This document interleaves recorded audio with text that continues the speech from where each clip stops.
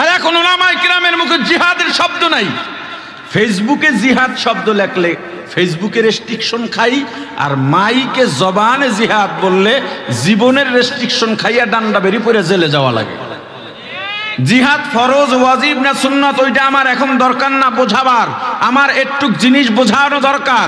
জিহাদের আলোচনা এজন্য দরকার, সমাজের মানুষ মুসলমান ইমানদার জিহাদকে সন্ত্রাস ভেবে, জিহাদকে অপ্রয়োজনীয় ভেবে, কোরআনের বিধানকে ফরজ বিধানকে অস্বীকার করে কেউ যাতে ঈমান হারা না হয়, জিহাদ যে সন্ত্রাস নয়, জিহাদ যে আরো মাজলুমের জন্য আশ্রয়স্থল, এইটা মানুষকে বোঝাবার জন্য হলেও জিহাদের আলোচনা করা দরকার। পীরের খানকা আছে, সব আছে, জিকির আছে, নামাজ আছে, দান সদকা তেলাওয়াত সব আছে, হালাতের শেষ নাই। কত বড় বড় বুজুর্গ বাদশাবি আলাদা, আপনি গিয়ে সালাম দিলেও সালামের উত্তর আপনিও শুনতে পান না, কিন্তু জিহাদের আলোচনা নাই। তবলিগের মেহনত আছে, জিহাদের আলোচনা নাই। ওয়াজ মাহফিল আছে, ওয়াজ আছে, ওয়াজরা জিহাদের আলোচনা করেন না। জুমার মসজিদের খতিব মসজিদ ফাটিয়ে ফেলান, 3 তলার মসজিদ 10 তলা করে ফেলেছেন। অজুখানা আসিল আগে প্লাস্টার করে এখন টাইলস বানিয়ে ফেলেছেন, কিন্তু জিহাদের আলোচনা নাই। এই সমাজের মানুষ এখন বর্তমান প্রজন্ম জিহাদকে যিনি জানে না, এই দায়ভার উলামায়ে কিরাম এড়াতে পারবে না। আপনি কি মনে করেন শুধুমাত্র নিজে বাঁচবেন আর সমাজ শুদ্ধ হবে? আরে কথা বলেন না। এমনকি দিনের দাওয়াত দেবেন তাতেই দিন কায়েম হয়ে যাবে? এত সহজ নয়। কুনতুম খায়রা উম্মাতিন উখরিজাত লিন-নাস তা'মুরুনা বিল মা'রুফ ওয়া তানহাউনা আনিল মুনকার। আপনি ভালো হইলেন কেমনে? 2টা কাজ ব্যতীত, একটা হলো নেক আমলের আদেশ করা, আর একটা হলো অসৎ কাজের বাধা দেওয়া। আপনি যত দাওয়াত দিবেন, এইটা ইসলাম বিদ্বেষীদের কাছে আপনি হুমকি হবেন না। যখনই ইসলাম বিদ্বেষী কাজের বাধা হয়ে দাঁড়াবেন, তখনই আপনার ডান্ডা বেরি লাগবে, সমাজের মানুষের কাছে আপনি নিন্দনীয় হবেন। আমার রাসূল সবার কাছে আলামিন ছিল।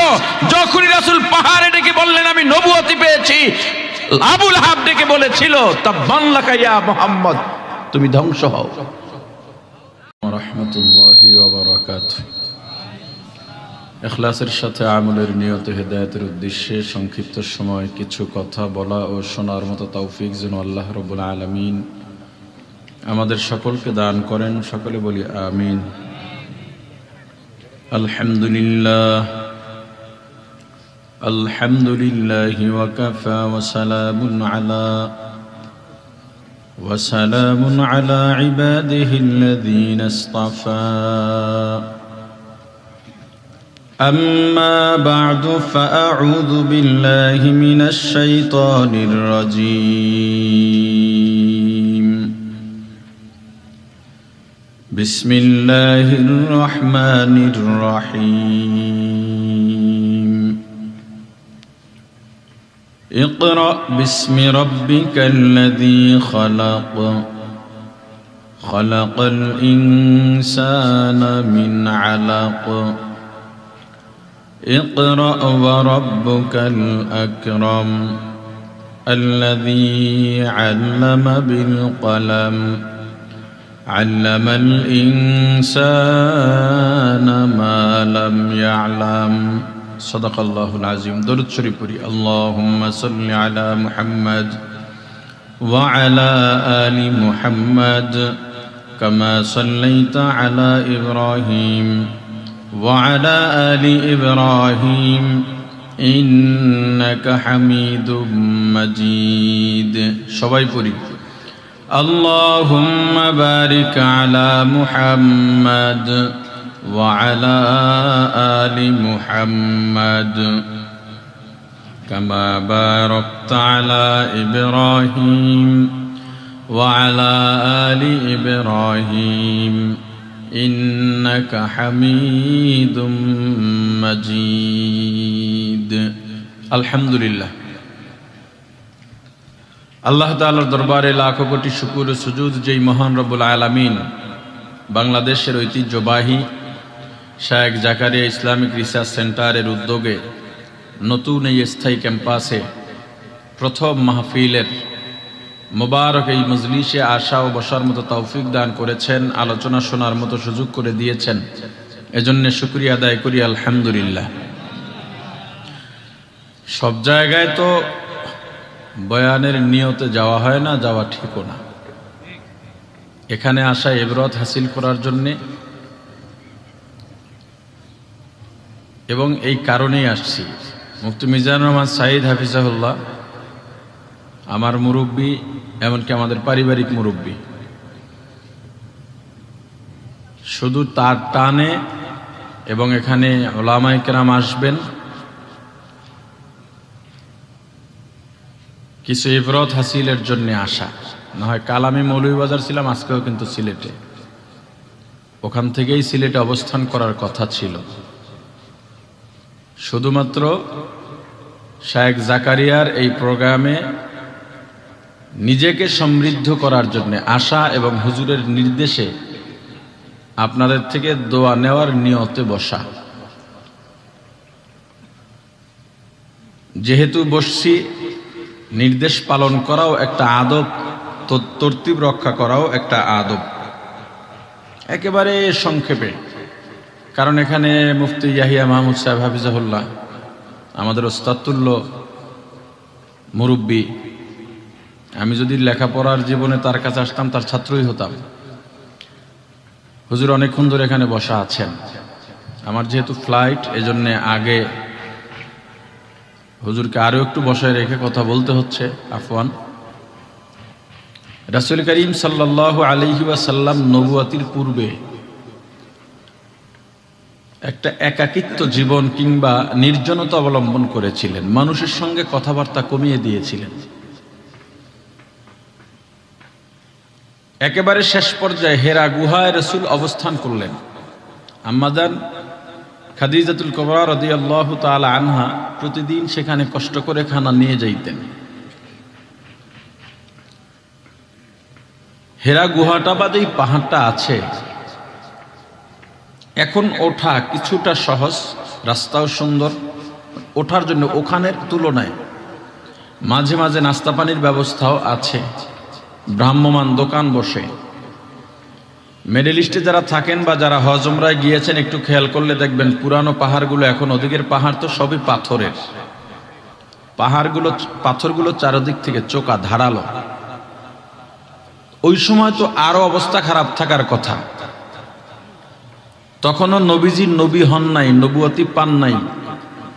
নিজের স্বামীর জন্যে আম্মাজান খাদিজা রাদিয়াল্লাহু তাআলা আনহা নিয়মিত খাবার নিয়ে যেতেন। আমরা যখন হজে যাই বা উমরায় যাই, মক্কা থেকে মদিনায় যাই, কি তালাশ করি? উটের পাল কই দেখা যায়, খেজুরের বাগান কোথায় আছে। অথচ যারা হজে যায় যদি একবার চিন্তা করত যে আমরা যদি গাড়িতে যাই, পার্সোনাল গাড়িতে গেলেও 4.5-5 ঘন্টা সময় লাগে মক্কা থেকে মদিনায়। এই জায়গায় তখন যানবাহন কিংবা সাওয়ারের ব্যবস্থা ছিল না। সাওয়ারি ছাড়া আমার রাসূল এত দূর পথ হেঁটে হেঁটে কিভাবে গেলেন? একটু চিন্তা করা একজন মুমিনের জন্য আল্লাহর রাসূলের মহব্বতে পরিপূর্ণ হওয়া যথেষ্ট মনে করি। মক্কা থেকে অনেকে তায়েফে যান, নিদর্শন দেখেন, ছবি ভিডিও ক্যামেরা নিয়ে ব্যস্ত থাকেন, বিভিন্ন অ্যাঙ্গেলে ছবির পোজ দেন। একটু চিন্তা যদি করা হতো, কি দরকার ছিল 70-80 কিলো উঁচা মক্কা থেকে তায়েফ, এখানে নবীজি কেন গেলেন এবং কি ঘটনা ঘটেছিল? যাই হোক, এটা আলোচনার প্রেক্ষিতে এলো বিদায় বললাম। নবীজির বয়স যখন নবুয়াতির পর্যায়ে পরিপূর্ণ হয়ে গেল, সোমবার দিনে হযরত জিবরাইল আলাইহিস সালাম এসে নবীজিকে বললেন, পয়গম্বর ইকরা, আপনি পড়েন। নবীজি বললেন, মা আনা কারি, আমি পড়তে পারি না। জিবরাইল আবার বললেন, পড়েন। নবীজি আবার বললেন, পারি না। এবার জিবরিল বললেন, ইকরা বিসমি রাব্বিকাল্লাযী খালাক। হে পয়গম্বর মুহাম্মদ, আপনি পড়েন যিনি আপনার রবের নামে, যিনি আপনাকে সৃষ্টি করেছেন। সাথে সাথেই নবীজি পড়া শুরু করলেন, খালাকাল ইনসানা মিন আলাক, ইকরা ওয়া রাব্বুকাল আকরাম, আল্লাযী আল্লামা বিল কলম, আল্লামাল ইনসানা মা লাম ইয়ালাম। রসুলের উপরে সর্বপ্রথম এই 5 আয়াত নাজিল হয়। এরপরে 3 বছরে আর কোনো আয়াত বা সূরা নাজিল হয়নি। 3 বছর পরে সূরা মুদ্দাসসির নাজিলের মাধ্যমে পুরো 30 পারা কোরআন ধারাবাহিকভাবে নাজিল শেষ হয়। এই জায়গায় যে বিষয়টা বোঝার, বুকে চাপ দেওয়ার কথা আছে, ইকরা তাকরারের কথা আছে।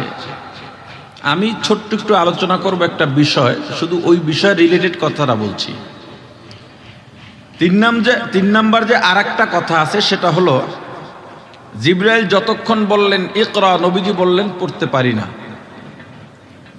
কিন্তু জিবরাইল যখনই বললেন ইকরা বিসমি রাব্বিকাল্লাযী খালাক, আপনি পড়েন আপনার রবের নামে যিনি আপনাকে সৃষ্টি করেছেন, তখনই নবীজি পড়া শুরু করলেন। এখান থেকে প্রমাণ হয় জিবরাইল যতক্ষণ বলছেন পড়েন, নবীজি পড়েন নাই, যখনই বললেন রবের নামে পড়েন তখনই পড়া শুরু করছেন। তার মানে পড়া যদি থাকে, শিক্ষা যদি থাকে, সেটা রবের নামের শিক্ষা হবে। কার নামের শিক্ষা বলেন? আরো জোরে বলেন। বাংলাদেশে আমরা যারা মাদ্রাসাওয়ালারা আছি, এটা পরিপূর্ণ রবের শিক্ষার উপরে চলতেছে, কথা ঠিক? এর বাইরেও কিছু শিক্ষা আছে। এই শিক্ষা গ্রহণ করা গুনাহ নয়, অপরাধ নয়, কিন্তু এই শিক্ষার মাঝে রবের শিক্ষা বিরোধী যদি কোনো ব্যাপার থাকে, মানুষকে রবের পরিচয় থেকে যদি দূরে রাখা হয়, মানুষকে রবের পাঠানো পয়গম্বরের আদর্শ থেকে যদি বিচ্যুত ঘটানো হয়, রবের শিক্ষার্থী রব ওয়ালারা কখনো চুপ করে বসে থাকতে পারে না। আজকে মানুষের মধ্য থেকে আল্লাহর নামের শিক্ষা, দ্বীনি শিক্ষা গুরুত্ব কমে যাওয়ায় এবং আমরা এতটাই নিজেদেরকে আত্মরক্ষামূলক করে নিয়েছি, সব গোল্লায় যাক, আমি ভালো থাকলেই চলে, এই একটা নীতি এই জাতিকে ধ্বংস করে দেবে, কোনো সন্দেহ নাই। আপনি কি মনে করেন শুধুমাত্র নিজে বাঁচবেন আর সমাজ শুদ্ধ হবে? আরে কথা বলেন না। এমনকি দিনের দাওয়াত দেবেন, তাতেই দিন কায়েম হয়ে যাবে? এত সহজ নয়। কুনতুম খায়রা উম্মাতিন উখরিজাত লিন-নাস তা'মুরুনা বিল মা'রুফ ওয়া তানহাউনা আনিল মুনকার। আপনি ভালো হইলেন কেমনে? 2টা কাজ ব্যতীত, একটা হলো নেক আমলের আদেশ করা, আর একটা হলো অসৎ কাজের বাধা দেওয়া। আপনি যত দাওয়াত দিবেন, এইটা ইসলাম বিদ্বেষীদের কাছে আপনি হুমকি হবেন না। যখনই ইসলাম বিদ্বেষী কাজের বাধা হয়ে দাঁড়াবেন, তখনই আপনার ডান্ডা বেরি লাগবে, সমাজের মানুষের কাছে আপনি নিন্দনীয় হবেন। আমার রাসূল সবার কাছে আলামিন ছিল। যখনই রাসূল পাহাড়ে ডেকে বললেন আমি নবুয়তি পেয়েছি, আবু লাহাব ডেকে বলেছিল তাব্বান লাকা ইয়া মুহাম্মদ, তুমি ধ্বংস হও। এরপরে নবীজি তাদের কাছে খারাপ হয়ে গেল, মক্কা ছেড়ে মদিনায় যেতে বাধ্য হলেন। এই সমাজের ভিতরে সবচেয়ে আমাদের ঘরানার থেকে 2টা জিনিস বেশি খেয়ানত হচ্ছে। 1 নাম্বার, আমরা জানা সত্ত্বেও সত্যকে সত্য বলছি না, অন্যায়ের প্রতিবাদ করছি না। 2 নাম্বার, সাহাবায়ে কেরামের পরে আমাদের যত আকাবির আছেন, ইসলাম বিদ্বেষীরা কয়েকটা বিষয় সম্পূর্ণ সাকসেস, যুদ্ধ লাগবে না, জিহাদ লাগবে না, এই দেশ থেকে এমনি ইসলাম দূর হয়ে যাবে, বন্ধ হয়ে যাবে, কোনো আন্দোলনও তাদের করা লাগবে না। ইসলামের জন্য আপনি আমি কি করতেছি বলেন? দেখেন ইসলাম বিদ্বেষীরা কিভাবে কয়েকটা জায়গায় সফল হয়েছে। আমি হুজুর মানুষ, আপনি হুজুর মানুষ, এখন আমি এয়ারপোর্টে যাব, আমার দিকে সন্দেহের নজরে তাকাবে সবাই। সবাই জানে আমার পকেটে অস্ত্র নাই, বোমা নাই, পিস্তল নাই, আমি ক্ষতিকারক না, এটা সবাই ভালো করে জানে। এই ছাত্ররা আজ পর্যন্ত বাস্তবে পিস্তল চোখে দেখে নাই। কি দেখছেন কেউ? আমি আজ পর্যন্ত দেখি নাই, এত জায়গায় ঘুরি তবু বাস্তবে হাতে পিস্তল আমরা দেখি ছবিতে, ভিডিওতে, বাস্তবে পিস্তল এখনো দেখি নাই। সবাই জানে হুজুররা সমাজের জন্য, দেশের জন্য, মানবতার জন্য ক্ষতিকারক নয়। এরপরও মানুষের মগজে মননে ওরা ঢুকিয়ে দিচ্ছে হুজুর মানি সন্দেহযুক্ত ভাবে। ওরা সাকসেস। ওদের আরেকটা মিশন ছিল, পৃথিবীতে যত আকাবির আছে, যত মুস্তাহিদিন আছে, মুসলিহীন আছে, এদের ব্যাপারে সাধারণ মানুষের ভেতরে একটা জিঘাংসা ঢুকিয়ে দেওয়া। কেন? ইমাম বুখারী শরীফ লিখেছেন, ফতুয়া লিখেন নাই, কোন হাদিস থেকে কোন মাসআলা বের হবে এটা ইমাম বুখারী লেখেন নাই। লিখছে নাকি? কথা বলে না। আপনারা তো ছাত্র, আপনারা তো জানেন ইমাম বুখারী কি হাদিস থেকে কোন কোন মাসআলা ইস্তেমবাত হবে এগুলো লিখেছেন? এগুলো তো লিখেন নাই, এগুলো লিখেছেন মুস্তাহিদিন। এরপরে তাদের কথাবার্তা সব মিলিয়ে যত কিতাব আছে ইসলাম শেখার জন্য সব আকাবিরে দিন করেছেন। এখন স্বাভাবিকভাবে কওমি মাদ্রাসার মধ্য থেকেই সেই আকাবিরদের বিশুদ্ধার করা হয়। সাধারণ মানুষ ফেসবুকে ওপেন, বাস্তবে অফলাইনে, অনলাইনে এই উলামায়ে কিরামের বিরুদ্ধে নির্দ্বিধায় কলম ধরে বক্তব্য রাখে। তাহলে ইসলামটা টিকবে কিভাবে? তো এখন আর আমাদের বিরুদ্ধে বাইরের মানুষের বলার দরকার নাই। আমাদের সফলতা কোথায় গিয়ে পৌঁছেছে তাদের কাজটা মাশাআল্লাহ আমাদের মধ্য থেকে আমরাই করে দিচ্ছি। একটা সময় গর্ব নিয়ে বলতাম, একটা সময় কি গত কয়েক বছর আগেও, আপনারা ইউটিউবে খুঁজলে এখন অন্তত আরো অনেকের পাবেন কিনা জানি না, আমার বয়ানে পাবেন, একটু খুঁজলেই গর্ব নিয়ে বলতাম, পারলে বাংলাদেশের মধ্যে এমন রেকর্ড দেখান 2 মাদ্রাসার তর্ক হয়েছে, মাদ্রাসার ছাত্র মারামারি হয়ে রক্তাক্ত হয়েছে, মাদ্রাসার ছাত্ররা শিক্ষকদের অপমান করেছে, পারলে দেখান। শক্তি নিয়ে, গর্ব নিয়ে, মাথা উঁচু করে বুক ফুলিয়ে বলতাম। সেই বলাটা এখন আর বলতে পারছি না। তাদের কাজটা আমাদের ছেলেরা করে দিচ্ছে, তাদের কাজটা আমরাই করে দিচ্ছি। আমরা রবের নামের শিক্ষা থেকে, আল্লাহর নামের শিক্ষা থেকে কতটুকু শিখলাম আর কি পেলাম বলেন? আজকে ছাত্র শিক্ষকের বিরুদ্ধে কথা বলবে, শিক্ষক অন্যায় করলেও প্রত্যেকটা মাদ্রাসার শুরা থাকে না? এই শুরাটার কাজ কি? এখন শুরাও আমার নিয়ন্ত্রণে, মাদ্রাসাও আমার নিয়ন্ত্রণে। আমি মুহতামিমের বিরুদ্ধে বেয়াদবিমূলক শব্দ বাক্য উচ্চারণ করছি মাইক ধরে সবার সামনে। আজকে একটু কথা বললাম অগুছালোভাবে, এই কথাটা যখন প্রচার হবে তখন দেখবেন আমাকে নিয়ে আবার শুরু হবে। এটাই চলছে। এর উত্তরণের পথ ওলামায়ে কেরামকে বের করতে হবে, মুরব্বী যারা আছেন তাদেরকে বের করতে হবে, আমাদের পরবর্তী প্রজন্মকে বাঁচাতে হবে, তাদেরকে এই জিঘাংসা হাউস থেকে বের করে, এই মানসিকতার থেকে বের করে তাদেরকে সুস্থ একটা জীবন দিতে হবে। মাদ্রাসাওয়ালারাও এই দায় এড়াতে পারবে না, মাদ্রাসাওয়ালাদেরও কার্যকরী ভূমিকা রাখতে হবে। শুধু আমি বেঁচে থাকলাম এতে হবে না, অন্যায়ের বাধা না দিলে অন্যায় মুক্ত হয় না। ছোট্ট আর একটা উদাহরণ পেশ করি, আমি কথাগুলো শেষ করছি। মনে করেন এই এলাকার মধ্যে একজন দরবেশ আছেন, পাগড়ি বেঁধে থাকেন, সবসময় পাগড়ি বেঁধে রাখা সুন্নত, পাগড়ি বেঁধে রাখেন, তাহাজ্জুদ বাদ নাই, এমনকি আওয়াবিন ইশরাক তাশতের নামাজও কাজা হয় না, যত নফল আছে তেলাওয়াত আছে সব কিছু আদায় করেন, কিন্তু কোনোদিন কোনো বিড়িখোরকেও বলেন নাই ভাই বিড়িটা খাইও না। কোনোদিন আজানের সময় মসজিদে টিভি চলে, এই বেটা টিভি বন্ধ কর, একটু বলেন নাই। বাধা দেওয়া তো দূরের কথা, রমজানে দিনের বেলায় হোটেল রেস্তোরাঁ খোলা রাখে, কোনোদিন সামনে গিয়ে 10 জন নিয়ে দাঁড়ায় নাই, হোটেল খোলা রাখতে পারবে না। যদি তুমি খোলা রাখো দিনের বেলায় রমজান মাসে, তোমার শাটার নামিয়ে আমরা তালা লাগিয়ে দেব।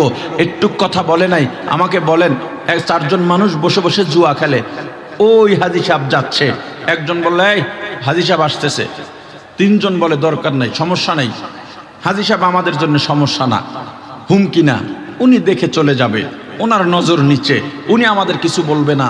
আমাকে বলেন, এমন 1000 জন হাজি যদি এই সমাজে থাকে, 1000 জন হাজি যদি এই সমাজে থাকে, জুয়া বন্ধ হবে না বাড়বে? রমজান মাসে দিনের বেলা হোটেল রেস্তোরাঁ খোলা থাকবে না বাড়বে? কিন্তু আপনার এলাকায় একজন লোক আছে, যেই লোক দিনের বেলা হোটেল রেস্তোরাঁ রমজান মাসে খোলা রাখলেই শাটার নামিয়ে দেয়, তালা লাগিয়ে দেয়, কোনো অনুরোধ শোনে না, জেলে যায়, বের হয়ে আবার একই কাজ করে। জুয়া যারা খেলে ধরে ধরে পিটায়, মদ গাঞ্জা যারা খায় ধরে ধরে পিটায়।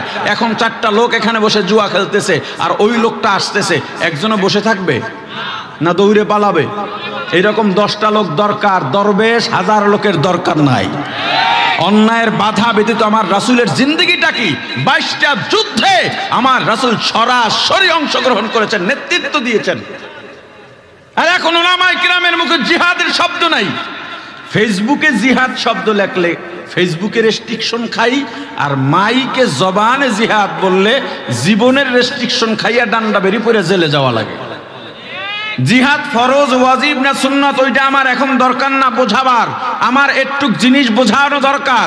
জিহাদের আলোচনা এজন্য দরকার, সমাজের মানুষ মুসলমান ইমানদার জিহাদকে সন্ত্রাস ভেবে, জিহাদকে অপ্রয়োজনীয় ভেবে, কোরআনের বিধানকে, ফরজ বিধানকে অস্বীকার করে কেউ যাতে ঈমান হারা না হয়, জিহাদ যে সন্ত্রাস নয়, জিহাদ যে আরো মাজলুমের জন্য আশ্রয়স্থল, এইটা মানুষকে বোঝাবার জন্য হলেও জিহাদের আলোচনা করা দরকার। পীরের খানকা আছে, সব আছে, জিকির আছে, নামাজ আছে, দান সদকা তেলাওয়াত সব আছে, হালাতের শেষ নাই। কত বড় বড় বুজুর্গ, বাদশাবি আলাদা, আপনি গিয়ে সালাম দিলেও সালামের উত্তর আপনিও শুনতে পান না, কিন্তু জিহাদের আলোচনা নাই। তবলিগের মেহনত আছে, জিহাদের আলোচনা নাই। ওয়াজ মাহফিল আছে, ওয়াজ আছে, ওয়াজরা জিহাদের আলোচনা করেন না। জুমার মসজিদের খতিব মসজিদ ফাটিয়ে ফেলান, 3 তলার মসজিদ 10 তলা করে ফেলেছেন। অজুখানা আসিল আগে প্লাস্টার করে এখন টাইলস বানিয়ে ফেলেছেন, কিন্তু জিহাদের আলোচনা নাই। এই সমাজের মানুষ, এখন বর্তমান প্রজন্ম জিহাদকে যিনি জানে না, এই দায়ভার উলামায়ে কেরাম এড়াতে পারবে না। আল্লাহ বোঝার তৌফিক দান করেন। যতটুকু আলোচনা করেছি, আলোচনায় যত ভুল আমার পক্ষ থেকে, যত ভালো আল্লাহর পক্ষ থেকে। আমার ভালোগুলো গ্রহণ করে, আল্লাহর ভালোগুলো গ্রহণ করে আমার ভুলগুলো শুধরিয়ে আমাদেরকে জীবন পরিচালনার তৌফিক দান করেন।